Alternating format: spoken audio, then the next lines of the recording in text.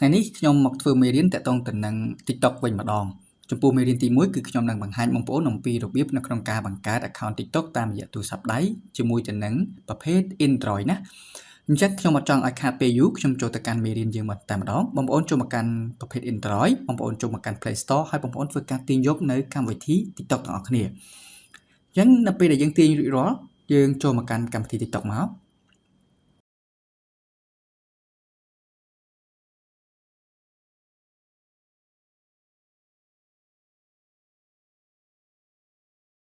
អញ្ចឹងនៅពេលដែលបងប្អូនចូលមកកាន់ account TikTok បងប្អូននឹងឃើញវីដេអូជាច្រើននៅក្នុង account TikTok ហ្នឹង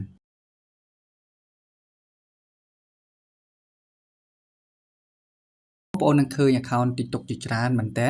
ក៏ប៉ុន្តែយើងអត់ទាន់មាន account TikTok នៅឡើយទេដល់ពេលដែលយើងធ្វើការ download មកគឺយើងអាចមើលវីដេអូបានទាំងតែយើងមិនទាន់មាន account Facebook នៅឡើយទេ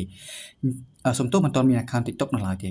អញ្ចឹងដើម្បីយើងធ្វើការបង្កើតបានបងប្អូនឃើញនៅខាងក្រោមរូបមនុស្សហ្នឹងគេដាក់ពាក្យថា profile បងប្អូន select លើហ្នឹងមកបន្ទាប់មកកន្លែងនេះគឺលោតពាក្យថា login ប៉ុន្តែយើងអត់យកទេគឺនឹងលោតផ្ទាំងមួយ TikTok ឲ្យយើងបង្កើតទៅជាគណនីសិនយើងយកពាក្យថា sign up នៅខាងក្រោមពណ៌ក្រហមនេះយើង select កន្លែងហ្នឹងមកត្រង់កន្លែងនេះ TikTok ឲ្យយើងបង្កើតជាមួយទៅនឹង email ជាមួយទៅនឹង Facebook ជាមួយទៅនឹង Google ណាយើងចង់បង្កើតមួយណាក៏បានដែរ 3-4 ចំណុចហ្នឹងគឺយើងដាក់ទៅគឺយើងអាចបង្កើត account បានដែរប៉ុន្តែជំហានដំបូងគឺខ្ញុំសូមបង្ហាញបង្កើតតាមរយៈទូរស័ព្ទដៃអញ្ចឹងយើងមើលខាងលើណាយើងមើលខាងលើកន្លែងនេះគឺជាមួយទៅនឹងលេខទូរស័ព្ទដៃអញ្ចឹងមុននឹងយើងធ្វើការដាក់ទូរស័ព្ទលេខទូរស័ព្ទរបស់យើងបងប្អូនត្រូវតែដូរនេះលេខកូដក្បាលប្រទេសយើងខាងមុខនេះសិនគឺលេខខ្មែររបស់យើងក្បាលគឺប្រហែលបងប្អូនគឺ855អញ្ចឹងយើង search Cambodia មក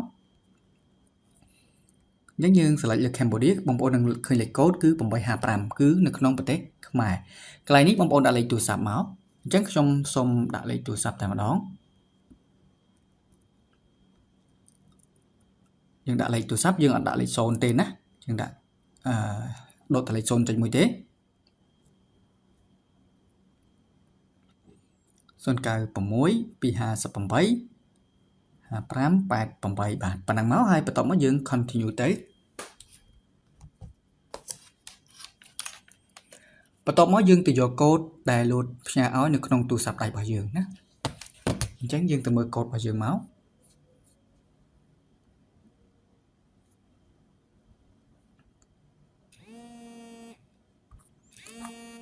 អញ្ចឹងកូដគេអត់នេះផ្ញើមកទៅគឺគេតែមកតែម្ដងអញ្ចឹងយើងលើកទៅ953 ម្ដងទៀត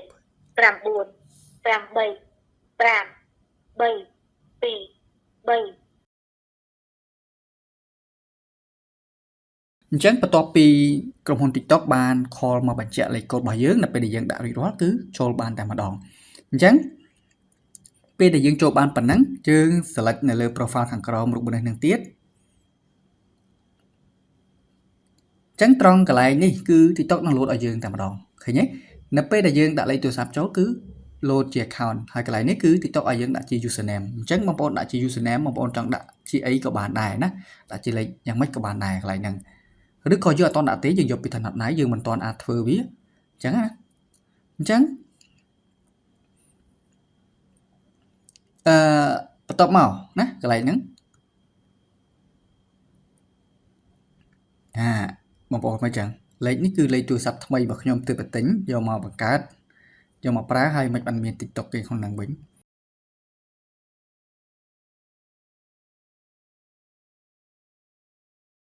អញ្ចឹងយើងអត់បារម្ភទេកន្លែងហ្នឹងណារឿង TikTok គេអីនៅក្នុងហ្នឹងយើងអត់ខ្វាយខ្វល់ទេដោយសារតែលេខនេះគឺយើងទើបតែទិញហើយជាគេធ្លាប់ប្រើពីមុនឬក៏យ៉ាងម៉េចយើងអត់ទាន់ដឹងដែរណា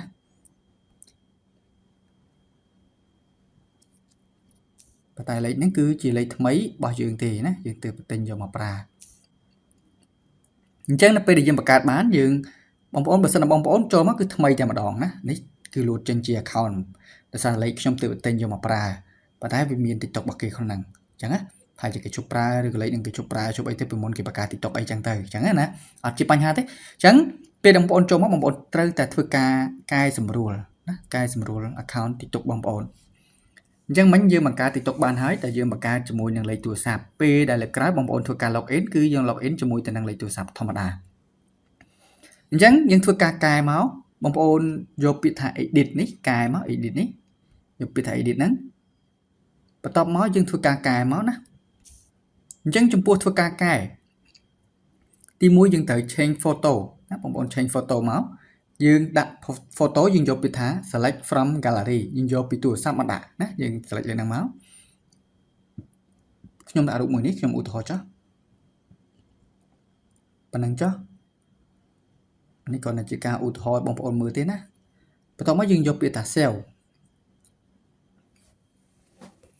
អញ្ចឹងនៅពេលដែលយើង change អញ្ចឹងរួចបន្ទាប់មកបងប្អូនមើលមកខាងក្រោមទៀតបងប្អូនឃើញពាក្យថា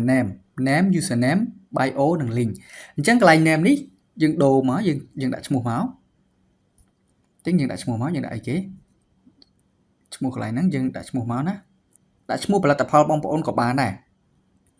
aroma shop អីចឹងទៅបន្ទាប់មកបងប្អូនយកពាក្យថា sell ខាងលើហើយយើងយកពាក្យថា confirm យើងបានឈ្មោះមួយហើយបន្ទាប់មកទៀតយើងចូលមកកាន់ username បងប្អូន select username បងប្អូនបង្កើត username មកអញ្ចឹង username បងប្អូនដាក់អក្សរតូចមកគឺយើងអាចដាក់អក្សរធំបានទេបើលោតចេញក្រហមបែបហ្នឹងបងប្អូនអាចប្រើឈ្មោះហ្នឹងបានទេបងប្អូនសរសេរថែមទៀតមកណាយើងថែមលេខចឹងមកប៉ុណ្ណឹងមកបើសិនលោតខៀវបានយើងអាចប្រើបានអត់បានយើងថែមទៀតអញ្ចឹងនៅពេលដែលលោត tick បែបនេះគឺយើងអាចប្រើ username ហ្នឹងបានហើយអញ្ចឹងបងប្អូនធ្វើការ save មកហើយយើងយកពាក្យថា set username អញ្ចឹងបានជាប់រួចរាល់ណាជាប់រួចរាល់ហើយបន្តមកទៀតយើងមើលមកខាងក្រោមកន្លែង bio កន្លែង bio នេះមានន័យថាយើងត្រូវបំពេញមកថាយើងមានលក់អីគេផលិតផលរបស់យើងហ្នឹងយើងដាក់មក bio ហ្នឹងយើងលក់ផលិតផលអីយើងដាក់តាមហ្នឹងមកអញ្ចឹងយើងមានលក់អីខ្លះឥឡូវមានលក់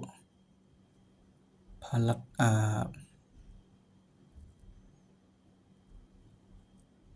ផល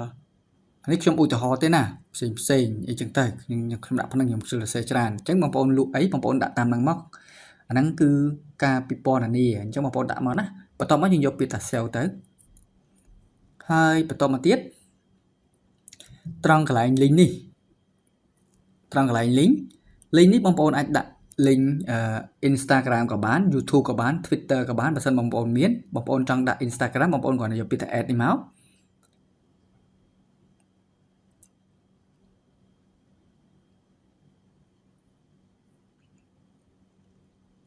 បន្ទាប់មកគេឲ្យយើងភ្ជាប់ជាមួយទៅនឹង link Instagram តែម្ដងប៉ុន្តែយើងមិនបាច់ទេកុំឲ្យញ៉ៃញ៉ៃអញ្ចឹងប៉ុណ្ណឹងយើងបាច់ដាក់ link ហ្នឹងក៏បានដែរអូខេអញ្ចឹងបន្ទាប់មកយើងបានកែរួចរាល់ប៉ុណ្ណឹងហើយណាកែរួចរាល់ប៉ុណ្ណឹងយើងយកពាក្យថា update មកនេះ update ខាងលើនេះឃើញទេយើង update មកអញ្ចឹងបន្ទាប់ពីយើង update រួច